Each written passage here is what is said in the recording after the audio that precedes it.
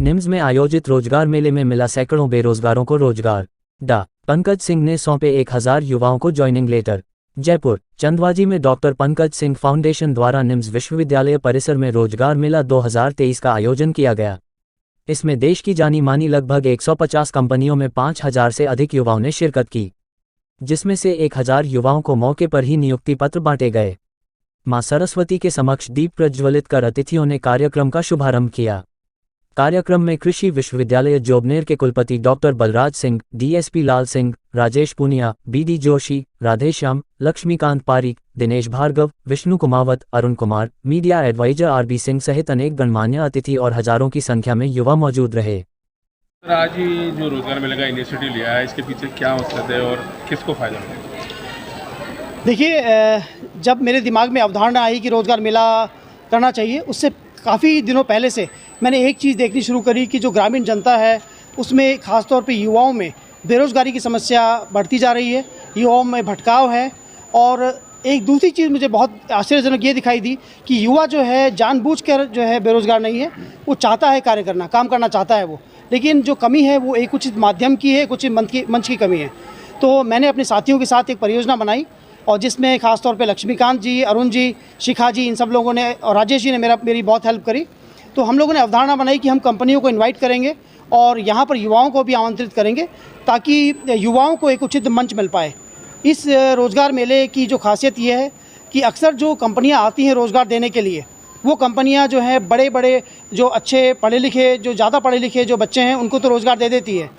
BTech, MTech, इन सब के लिए तो रोज़गार तुरंत उपलब्ध है, लेकिन जो 8वीं पास, 10वीं पास या 12वीं पास का बच्चा है उसको रोज़गार नहीं मिल पाता।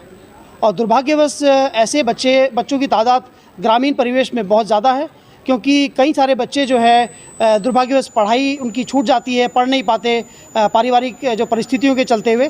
तो मेरा मूल उद्देश्य क्या है कि उन बच्चों को ख़ास तौर पे हम लोग तरजीह दें, तवज्जो दें और उनको हम लोग रोज़गार यहाँ पे प्रोवाइड कराएं।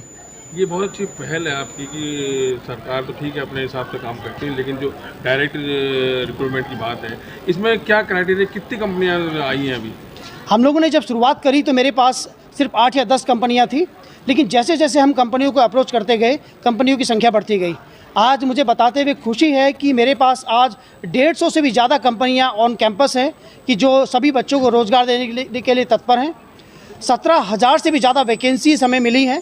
17,000 अपने आप में बहुत बड़ी तादाद होती है और वो वैकेंसीज हमें मिली हैं जो कंपनियों के माध्यम से। और अभी सुबह मॉर्निंग तक मेरे पास 15,000 से भी ज़्यादा बच्चे रजिस्टर करा चुके थे। उसके अलावा वॉक-इन्स हैं, उसके अलावा टेलीफोन कॉल्स हैं। तो मुझे लगता है कि जो बच्चों की संख्या है वो 25,000 से ऊपर जाएगी। और हमने जो एक निर्णय लिया है कि हम कम से कम 5,000 जॉब्स यहाँ पे ऑफ़र लेटर के माध्यम से बच्चों को देंगे। आप क्या समझते हैं कि अगर कोई काम को शिद्दत से किया जाए तो उसमें बाधाएं दूर रहती हैं? जैसे बारिश का मौसम रहा, बावजूद उसके कितने लोग यहाँ आते? जब सुबह बारिश स्टार्ट हुई तो थोड़ा सा हतोत्साहित हुई मेरी टीम और रात से ही इनफैक्ट बारिश शुरू हो गई थी। तो हम लोगों ने जो टेंट लगाए थे, अरेंजमेंट्स किए थे, उसमें थोड़ी बाधा पड़ी। लेकिन मैंने यही कहा दोस्तों कि जो भी कार्य आप जीवन में करते हैं उसमें अगर बाधाएँ, चुनौतियाँ नहीं आती हैं तो मैं समझता हूँ ईश्वर जो है उस कार्य में आपको आशीर्वाद नहीं दे रहा। तो बाधाओं को मैं ईश्वर का आशीर्वाद मान के चलता हूँ। इन सब चुनौतियों के बावजूद भी हमारी पूरी टीम रात में यहीं रुकी और मैं बहुत बहुत धन्यवाद देना चाहता हूँ अपनी टीम को कि इतनी शिद्दत से उन्होंने कार्य किया।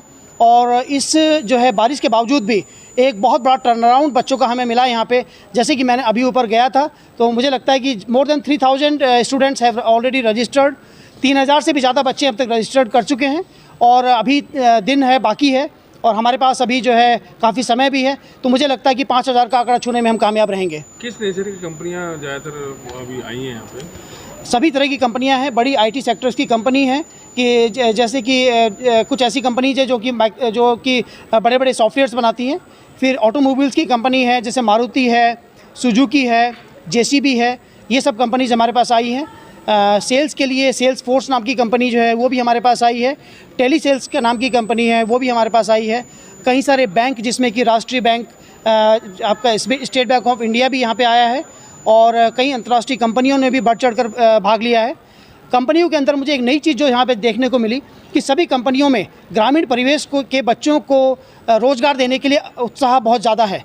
और जब मैंने उनके जो सीईओ हैं उनसे बात करी कि इसका क्या कारण है, आप ग्रामीण परिवेश के बच्चों को वरीयता क्यों देना चाहते हैं, तो बड़ी आश्चर्यजनक बात उन्होंने बताई कि जो ग्रामीण बच्चा होता है वो ईमानदार बच्चा होता है, वो उसको टैलेंट उसके पास होती है, लेकिन हम उस टैलेंट को आगे बढ़ा सकते हैं, उसको हम लोग शेप दे सकते हैं, उसको आकार दे सकते हैं, लेकिन किसी भी बेईमान को ईमानदार नहीं बना सकते। तो हमारी प्राथमिकता है कि हम ग्रामीण बच्चे को रोज़गार दें, जो कि मेरे लिए अपने आप में एक बहुत बड़ी खुशी की बात है कि ग्रामीण बच्चों को कंपनियाँ जो है प्राथमिकता दे रही हैं।